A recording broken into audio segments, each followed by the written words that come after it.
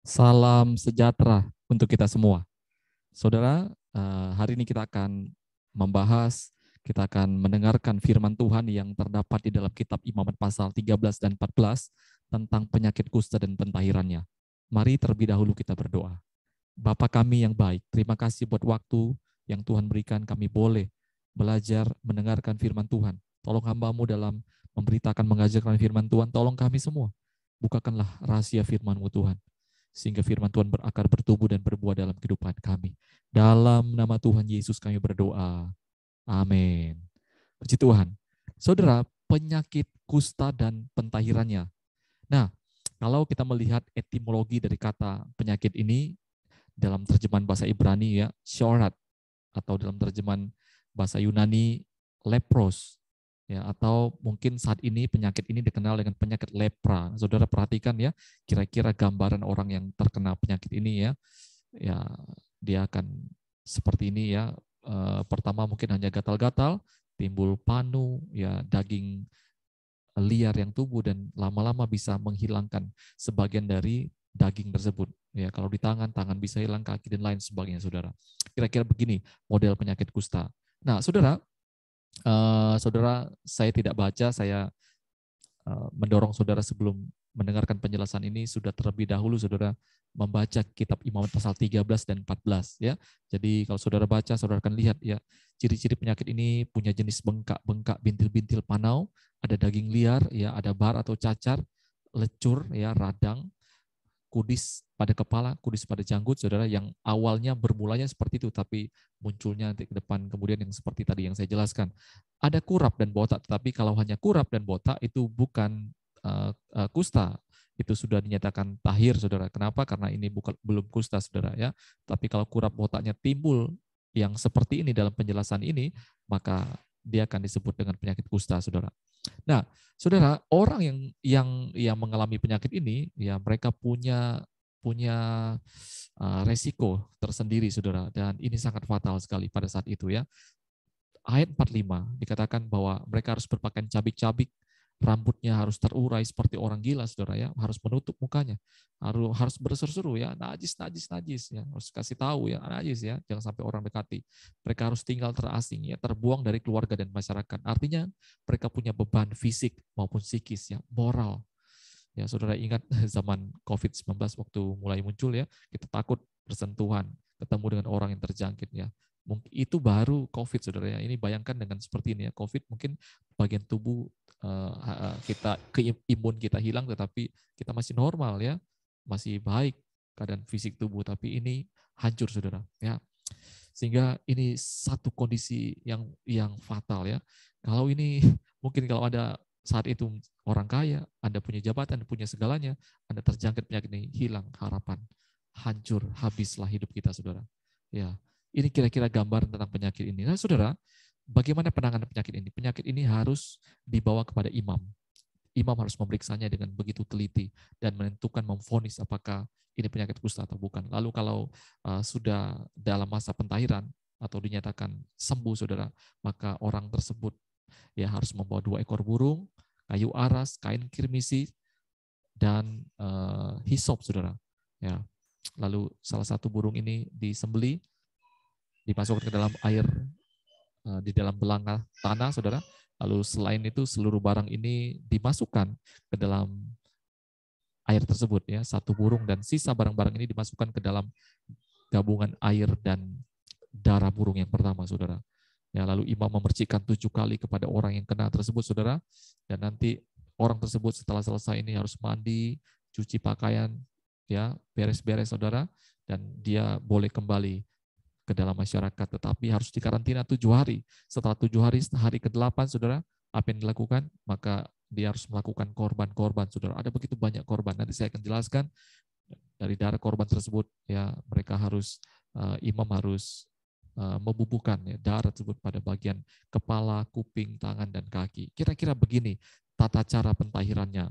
Nah, saudara, penyakit ini ya ternyata bisa juga terjangkit ya pada pakaian, tas kulit dan lain sebagainya ya. Saudara bisa baca ayat 49, 50 dan seterusnya ya.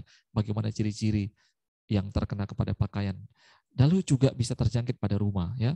pasal 14 ayat 33 dan seterusnya, saudara bisa baca ya bagaimana juga ciri-cirinya yang terjangkit pada rumah. Ya. Nah, saudara, sebenarnya sekarang kita akan lihat ya, kusta ini menggambarkan atau berbicara tentang apa bagi kita, saudara, untuk orang-orang Kristen pada zaman ini. Kalau kita melihat ya, kita melihat bahwa di mata bangsa Israel, ya penyakit kusta ini identik dengan pelanggaran terhadap hukum Allah. Ya, atau bisa dikatakan orang yang berbuat dosa ya. Ya, misalkan kita lihat kasus Miriam dan Harun ya, memberontak terhadap Musa. Ya, mereka kena kusta. Gehasi ya, hamba Tuhan muda yang dididik oleh Elisa, saudara.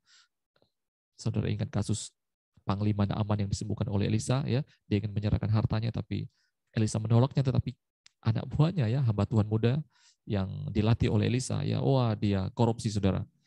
Ya, saudara tinggal baca saja dalam 2 Raja-Raja pasal 5:27.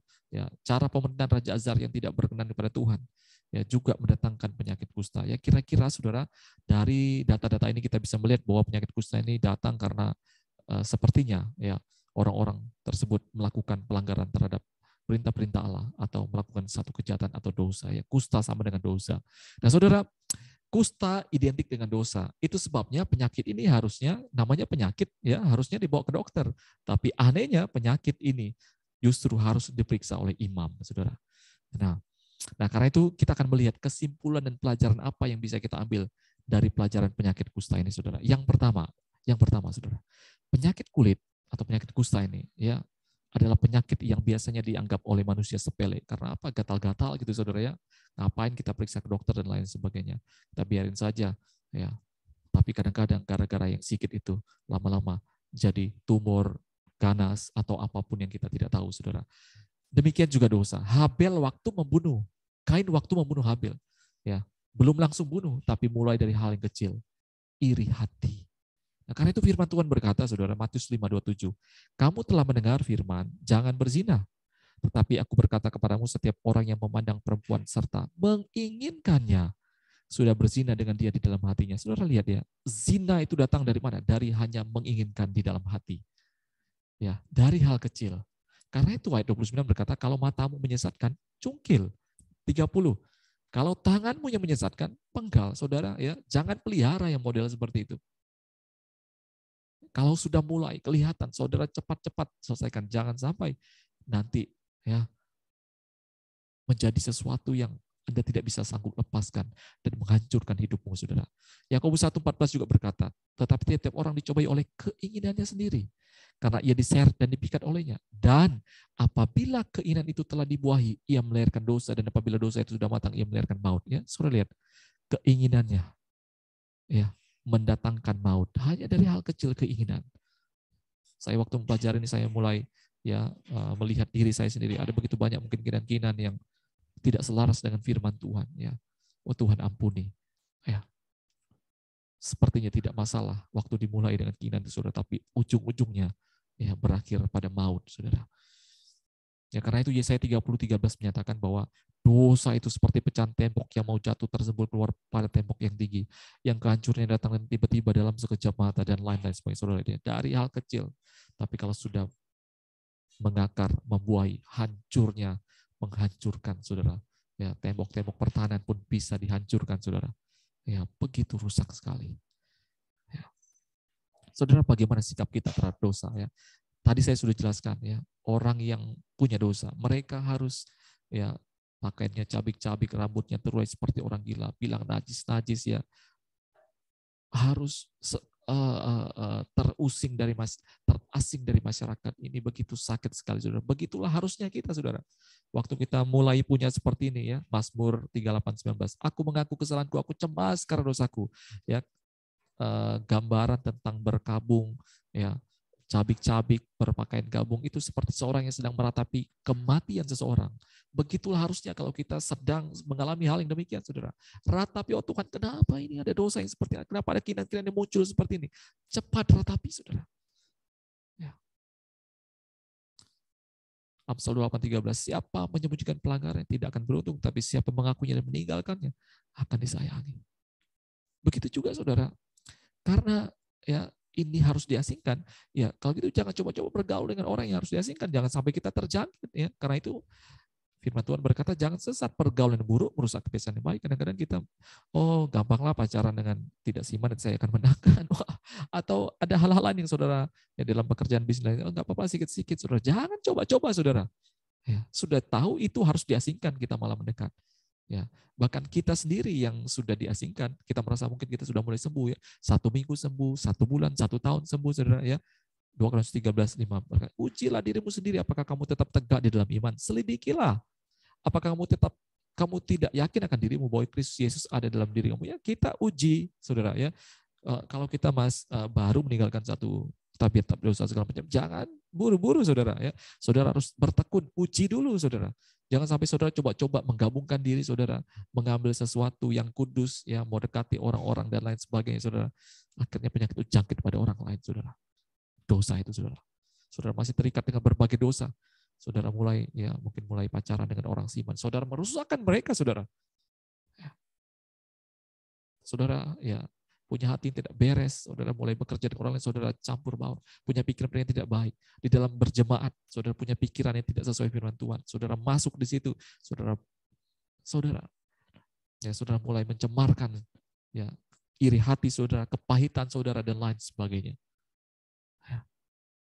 Haleluya. Tuhan tolong kita semua, saudara.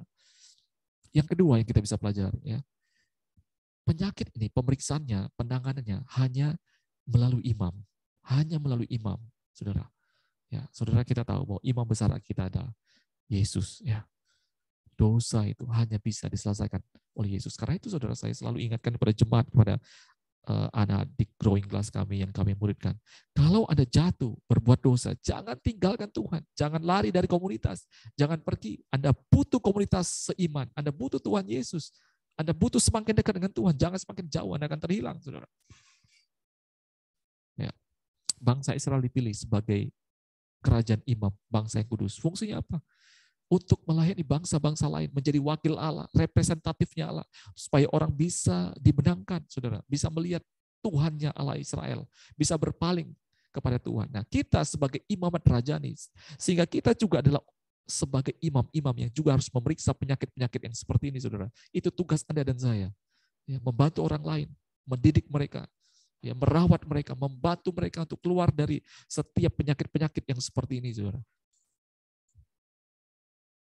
Penyakit ini, sekali lagi, dengarkan baik-baik. Penanganannya hanya melalui imam, saudara. Anda yang membutuhkan kelepasan, datang kepada Tuhan Yesus. Cari komunitas yang benar. Komunitas orang yang percaya, orang yang beriman, saudara. Supaya Anda dibebaskan. Yang ketiga, saudara. Perlu ketelitian dan kehati-hatian dalam memvonis dan menangani penyakit ini. Saudara baca di pasal 13, ya. Imam harus memeriksa, melihat, saudara, disuruh cuci, disuruh bersihkan, ditunggu 7 hari, dilakukan pengulangan. Ada pengamatan, ada waktu, ada pengulangan, saudara. Sebelum divonis ini adalah penyakit kusta atau bukan, saudara. Sehingga, saudara, dalam hal ini, saudara, kita sebagai imam-imam juga dalam memvonis orang yang berdosa, mungkin orang yang punya masalah. Hati-hati, jangan saudara cepat-cepat, saudara. Galatia 5:19, ya, perbuatan daging sudah jelas, perbuatan roh sudah jelas. Lihat dulu buah-buahnya. Ya, Matius 12 berkata, ya, dari buahnya pohon itu dikenal. Lihat buahnya, jangan cepat-cepat, saudara. Ya, kita menghakimi saudara kita, rekan kita seiman, keluarga kita, istri kita, mertua kita, dan lain sebagainya. Kita judge, saudara, mungkin hanya dengan perbuatan-perbuatannya 1, 2, 3 kali. Padahal kita tidak tahu hatinya mungkin lebih baik. Tujuannya lebih baik. Kita cepat memvonis, saudara. Jangan buru-buru, saudara. Ya, di dalam Matius 18, 15, 17 itu dikatakan, kalau ada orang yang berdosa, ketemu 4 mata, bicara, ngobrol. Kalau tidak bisa, bawa saksi tambah 2, 3 orang. Kalau tidak bisa lagi, bawa dalam perkumpulan jemaat. Kalau tidak bisa lagi, baru anggap dia sebagai orang yang tidak percaya kepada Tuhan. Lepaskan dia. Ada step by step, saudara. Ya, saudara yang berjemaat di GPD di Bar, ya, hari ini saudara sudah dengar ini. Kalau saudara satu kali mengalami masalah seperti ini, saya akan menanganinya dengan metode-metode yang seperti ini supaya saudara tidak kaget lagi, saudara. Ya, Dalam menangani seperti ini, saudara juga ingat ya, pembicaranya harus dengan baik. Perkataan-perkataan kita sebagai orang-orang yang beriman, sebagai imam-imam yang menangani masalahnya harus dengan baik. Ya, Ayub, saya tampilkan di layar, saudara bisa lihat ya. Apakah ia menegur dengan percakapan yang tidak berguna dan dengan perkataan yang tidak berfaedah? Ya, Amsal 16:20, perkataan yang menyenangkan adalah seperti sarang madu, manis bagi hati dan obat bagi tulang-tulang ya. Bisa menyembuhkan orang dengan perkataan-perkataan yang baik, saudara. Ya, jadi hati-hati dengan perkataan-perkataan kita dalam menangani kasus-kasus yang seperti ini. Ya, perlu hati-hati penanganan yang seperti ini, saudara. Ya, jangan cepat-cepat ambil kesimpulan. Yang keempat, saudara, bagaimana pentahiran, penuntasan penyakit ini, atau penyucian, atau pentahiran. Saudara, saya akan ajak saudara baca ini, saudara mungkin sudah baca, saya akan baca. Ya, ayat 14, pasal 14, ayat 1 dan seterusnya. Tuhan berfirman kepada Musa, inilah yang harus menjadi hukum tentang orang yang sakit kusta pada hari pentahirannya. Ia harus dibawa kepada imam, dan imam harus pergi keluar perkemahan. Kalau menurut pemeriksaan imam, penyakit kusta itu telah sembuh daripadanya, maka imam harus memerintahkan supaya bagi orang yang akan ditahirkan, itu diambil 2 ekor burung yang hidup dan yang tidak haram. Juga kayu aras, kain kermisi, dan hisop. Imam harus memerintahkan supaya burung yang seekor disembelih di atas belanga tanah berisi air mengalir. Tetapi burung yang masih hidup haruslah diambilnya bersama-sama dengan kayu aras, kain kermisi dan hisop, lalu bersama-sama dengan burung itu. Semuanya harus dicelupkannya ke dalam darah burung yang sudah disembelih di atas air mengalir itu. Kemudian ia harus membersihkan 7 kali kepada orang yang ditahirkan dari kusta itu, dan dengan demikian mentahirkan dia. Lalu burung yang hidup itu haruslah dilepaskannya ke padang. Nah, saudara perhatikan baik-baik, saudara. Diambil 2 ekor burung yang tidak haram, kayu aras, kain kirmisi, daun hisop. 1 ekor burung ini disembelih, masukkan ke dalam 1 belanga yang berisi air. Lalu sisa semuanya ini, saudara, dimasukkan ke dalam darah burung yang pertama. Ada pengorbanan yang dilakukan untuk yang semuanya ini, saudara. Ya, saudara, kayu aras, kain kirmisi, dan hisop ini di dalam gambaran perjanjian lama, saudara, atau tradisi kuno pada saat itu, ya, anak yang baru lahir, saudara baca di dalam Alkitab ya, ditaruh kain benang kermisi ya. Daun hisop itu kadang-kadang dipakai untuk alat-alat ritual, saudara, dalam penanganan kasus rohani. Misalkan ketika bangsa Israel keluar dari Mesir ke tanah Kanaan, ya rumah-rumah mereka dioleskan dengan darah pakai hisop, saudara, ya, untuk lewatkan dari malapetaka. Jadi ini adalah gambaran untuk satu mistis-mistis, saudara, untuk menjaga dari malapetaka, iblis dan roh jahat, ya, semacam itu. Nah, saudara, tetapi ya secara pengertian rohani, saudara tahu ya apa yang terjadi ya. Darah merah seperti kain kermisi pun selesai dengan satu pengorbanan, saudara. Ya. Pemercikan hisop, saudara, gambar tentang pemercikan darah Kristus juga yang menyucikan kita, saudara. Ya, ini gambaran, saudara, bahwa dosa, semerah pun penyakit seperti apapun dapat disembuhkan oleh kuasa darah Yesus itu sendiri. Ada pengorbanan untuk penyembuhan yang seperti ini, saudara. Ya, orang yang tahu masa depannya hancur gara-gara penyakit ini mendapatkan kesembuhan seperti, wah, betapa bersyukur, saudara. Ya, ya. Saudara lihat, apalagi yang harus dilakukan, saudara. Ayat yang ke-8. Orang yang akan ditahirkan itu haruslah mencuci pakaiannya, mencukur seluruh rambutnya dan membasuh tubuhnya dengan air. Maka ia menjadi tahir. Sesudah itu ia boleh masuk ke dalam perkemahan, tetapi harus tinggal di luar perkemahannya sendiri 7 hari lamanya. Ya, saudara perhatikan ya. Kalau sudah melakukan ritual tadi, dia harus mandi, membersihkan dirinya. Ya, karena itu saudara yang sudah sembuh, ya, Anda harus hidup baru. Anda yang sudah dibebaskan daripada dosa, dibebaskan dari keterikatan dosa, dibebaskan dari kutuk. Anda harus bersih-bersih. Jangan kembali kepada hubungan yang seperti itu.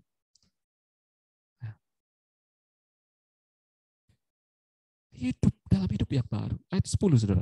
Pada hari ke-8, ia harus mengambil 2 ekor jantan yang tidak bercela dan seekor domba betina berumur setahun yang tidak bercela, dan 3/10 eva tepung yang terbaik diolah dengan minyak sebagai korban sajian, serta 1 log minyak. Hari ke-8 sama dengan seorang bayi laki-laki. Pada hari ke-8 harus disunat. Ya, apa yang dilakukan? Mempersembahkan begitu banyak korban. Nanti saudara baca di ayat-ayat selanjutnya yang ada korban penghapus salah, penghapus dosa, korban bakaran, dan lain sebagainya. Banyak sekali korban, saudara. Ini menggambarkan apa, saudara? Ada begitu banyak hidup kita di masa lalu. Ya, Berapa tahun saudara sudah hidup? Saudara sia-siakan hidup saudara. Perbuatan-perbuatan saudara. Hidup saudara-saudara persembahkan kepada dunia. Kepada perbuatan-perbuatan lagi. Kembalikan untuk Tuhan. Hidup saudara hari ini mulai dipersembahkan kepada Tuhan. Ya. Wah, haleluya saudara. Saya 30 tahun dipanggil Tuhan.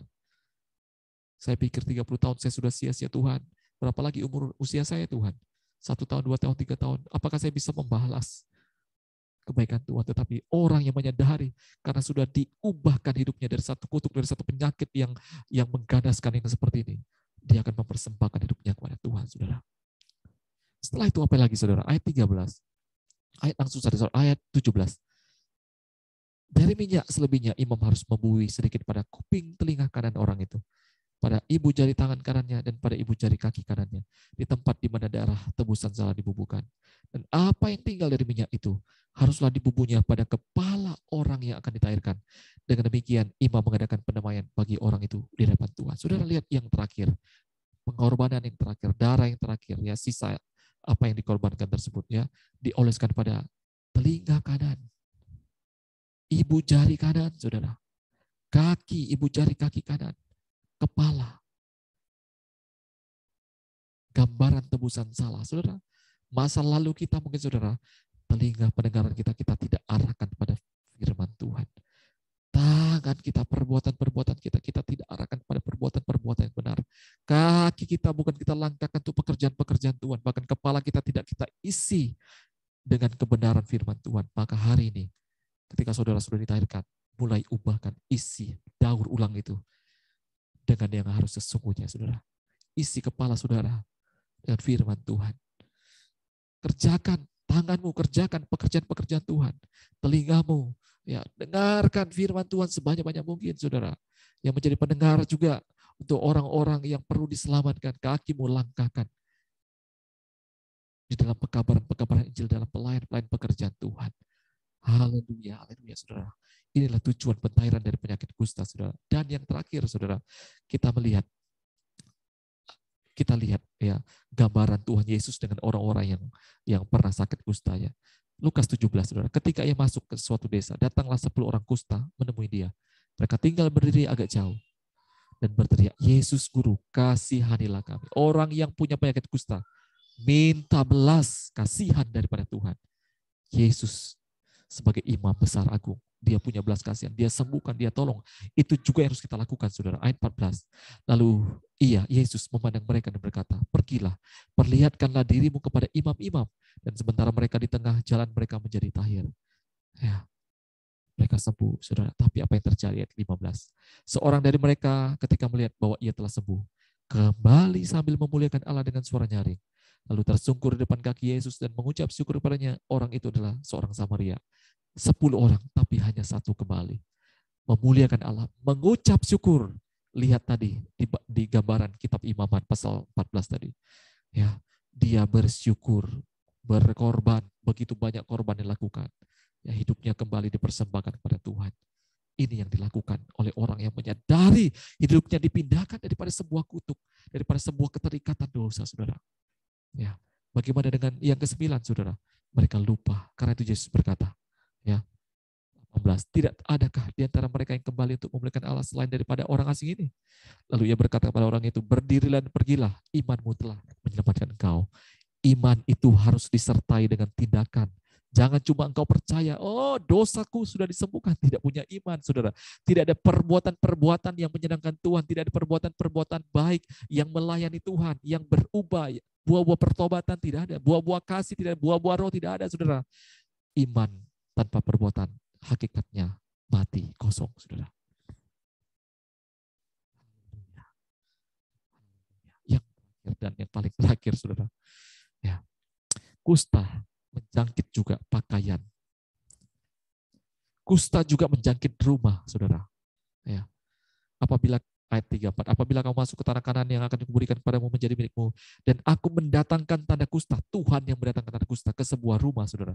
Ya, masuk ke komunitas baru, datang ke satu pekerjaan baru, ke kaum yang baru, tergoda kita, saudara. Ya, Tuhan memberikan tanda. Ya, kalau ada perbedaan, ada penyakit yang model-model seperti Tuhan memberikan tanda, saudara. Maka hati-hati waktu kita mulai bergabung, masuk ke dalam satu komunitas dan lain sebagainya. Lihat, kadang-kadang Tuhan kasih tanda.